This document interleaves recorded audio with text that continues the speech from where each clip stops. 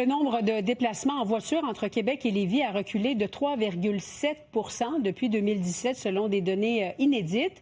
Une baisse qui, selon des experts, Eliane, affaiblit encore davantage l'argument d'un troisième lien. Exactement. C'est nos collègues du journal, en fait, qui ont mis la main sur certains éléments de cette étude d'enquête origine-destination qui sert, je vous rappelle, de référence en termes de matière de transport. C'est une étude, d'ailleurs, qui tarde là à être dévoilée.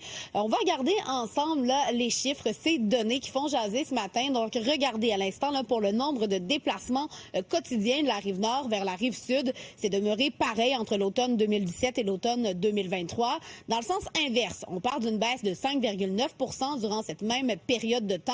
Et donc, au total, on parle d'une diminution de 3,7 Donc, pour plusieurs experts qui se sont entretenus avec le journal, c'est un autre argument qui démontre qu'on n'aurait pas besoin du troisième lien, même que certains disent qu'au contraire, il ne faut pas empirer la problématique de congestion en augmentant la capacité routière avec ce troisième lien.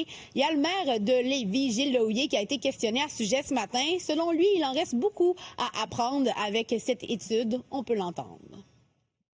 Je ne pourrais aller plus loin ce matin parce que on a de la part du gouvernement un engagement qu'on a pris d'attendre que le gouvernement rende public lui-même les résultats de l'enquête. Cela étant dit, la seule chose que je peux vous dire, il y a beaucoup d'éléments dans cette enquête-là.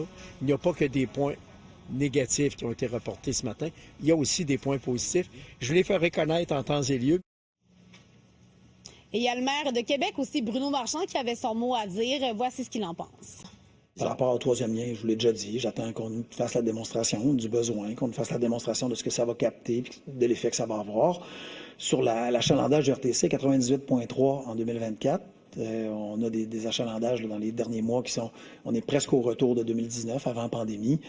Les gens l'utilisent. Et ce qu'on voit, partout où on met des services efficaces, il y a une augmentation de l'utilisation, le transport à la demande, le vélo partage. Alors, quand on va améliorer le transport, on va améliorer l'achalandage. En ce qui concerne justement le dévoilement de cette étude tant attendue, eh bien, ça devait être à la mi-mai. Là, ça devrait être déplacé à la fin de l'été selon nos sources. Mais voici ce que le cabinet de la ministre du Transport avait à dire. De leur côté, on dit que les discussions se poursuivent et que le moment de la publication des résultats de l'enquête reste à déterminer. Donc voilà, ça sera à surveiller à la fin de l'été. Merci, Eliane.